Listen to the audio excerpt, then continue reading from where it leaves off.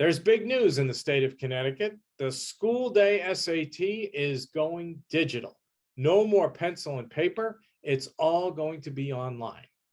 Hi, I'm Dr. Steve Yavner, a tutor and instructor with Carnegie Prep, and we want to share some tips with you to help get ready for this big event.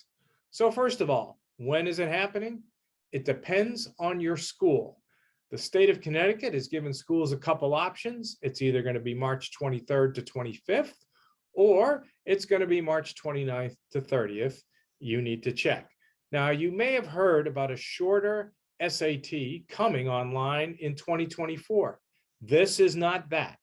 This SAT test is going to look like all the ones you've seen previously, except it's going to be digital.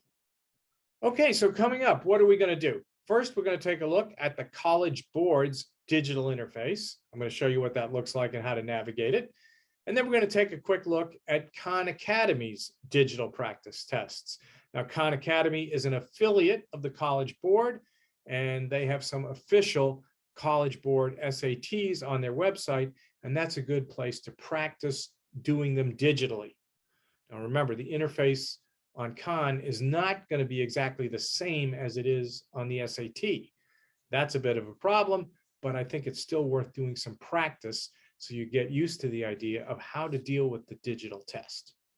All right, so let's start by taking a look at the College Board's digital practice page.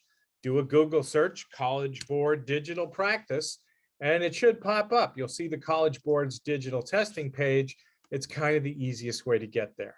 Scroll halfway down and you're looking for the Student Digital Test Preview. Click on it and you come in. Now be careful here. Don't touch any of these toggles. Just go straight to the sign in button and then select your grade level. Leave the other settings where they are and go ahead and start. Now you're about to see what this looks like. It starts out with the directions. The first thing I want to point out is notice here in the upper left, you have the back and next buttons. Okay, when you next, you're going to come in to the sample reading passage.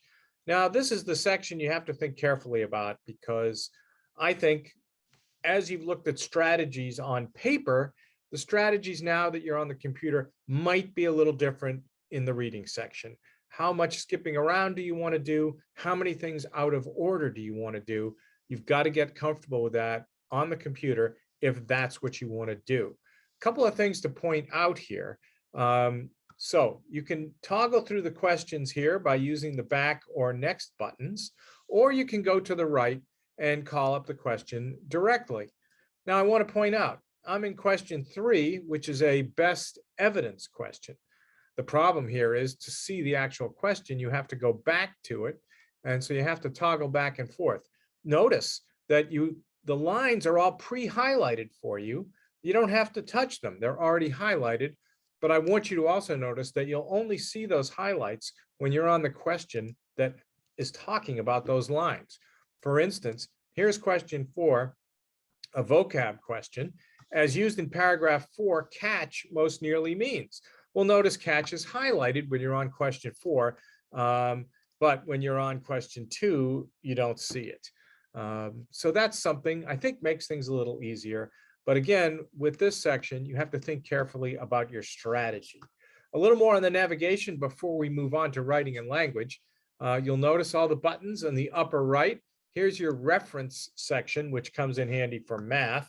It brings up all the things that you don't have to memorize, the triangles, circles, spheres, etc. All right, now let's take a look at the Desmos calculator. Here's the bottom line. If you like it and you're comfortable with it, go with it. If you like your own calculator, go with that. But be open to using some sort of combination. A lot of our students find the Desmos calculator to be a bit easier and a lot better when it comes to graphing. But here's the main thing. If you're not already familiar with the Desmos calculator, make sure you practice working with it and make the decision that's best for you. As far as notes go, you can type any notes to yourself, put them in here, save them, and then you can call them up later if you want. That could be a handy tool if you like it. There's a line focus tool where you can sort of focus on line by line as you're reading, if that helps you. feel free to use it. And then you have the zoom out and zoom in keys if you want to make the type a little bigger. A couple other things to point out before we move on, and that's this menu button over here. Here's where you have the mark for review feature. If you skip a question, or if you want to mark it to come back later, you just click on that. Notice that does a couple things. It folds the corner of the tab here, and it puts a little flag next to the question here. If you mark a couple questions that you want to come back to later, it also notes them here in the upper left. You can express right to the questions that you've marked. They will show up there. It'll show you the question has been marked. If it has a flag, this will also show you any questions that you skipped. That can be a handy way to figure out what you want to go back to and what you want to do. Okay, before we move on, two other quick things to show you, and that is the expand the passage feature. If you want to read the passage without looking at the questions, you can toggle back and forth using these arrows at the top. And finally, if you want to highlight the passage, you click, this is the button over here that you click to do it. Highlight the line you want, go up top, highlight the selection, pick your color, and there it is. Notice you can mix and match colors if you want to do that, if it helps you. Again, this is the kind of thing to practice doing and make sure you're good at it before you come in to take the test. All right, let's take a look at the writing and language. I think in this section, any of the strategies that you worked on paper don't really change for this. Go through it, do it just like you would before. You mark your answers as you go, and then you can just move on question to question. You have the same features up here. If you want to do the line focus thing, you can. And if you want to do any highlighting, that's here, or any striking through, you can do that as well. Now let's move on to math. And again, the math section, you have the same kind of thing. It's a no calculator section and then a calculator section. Notice there's all the stuff they give you right off the bat, and then you're right into the questions. Now, one thing about math, again, as I said, use your own calculator or use theirs. That's up to you. But they will give you scratch paper. So that will be provided for you so you can do your practice work on the scratch paper. The only tricky thing about math, let's take a look at the fill-in questions that come at the end. That's going to look like this. Instead of clicking in a bubble, now you're just going to enter whatever the answer might be, and you put it in. Again, if the answer is 2/3, it's just like you did it on the paper test. That doesn't really change. Okay, let's also take a look at Khan Academy. Most of you have accounts with the Khan Academy, which is affiliated with the College Board. If you don't, you should set one up, because this is a good place to practice digital testing. That demo page that I showed you on the College Board's website, that's all there is. That's what the test will actually look like. And you should practice that on the device that you're going to take the test on. Check with your guidance department. If you're taking the test on an iPad, try to practice on an iPad. If you're taking it on a laptop, try to practice with a laptop. But if you want to do some actual online practice testing, then this is the place to go to do it. And just to show you briefly, it can give you, I'm going to the full tests right here. And notice you have 8 full practice tests on here. And when you can do it this way, I'm starting the reading section and it starts the timer and I'm going in. Here we are. Notice this one works a little differently. You can scroll through the reading and you can scroll through the questions. You can mark them the same way. You can mark them that way. There are other tools in here that might be helpful. The questions that you mark now show up on the bottom, and there's the way you can express to them. That's it. I think it's worth, even though it looks different, it's worth some practice to get the digital experience. When you do this, whatever answers you choose, and when you're practicing, I always say, it's very important to check your answers.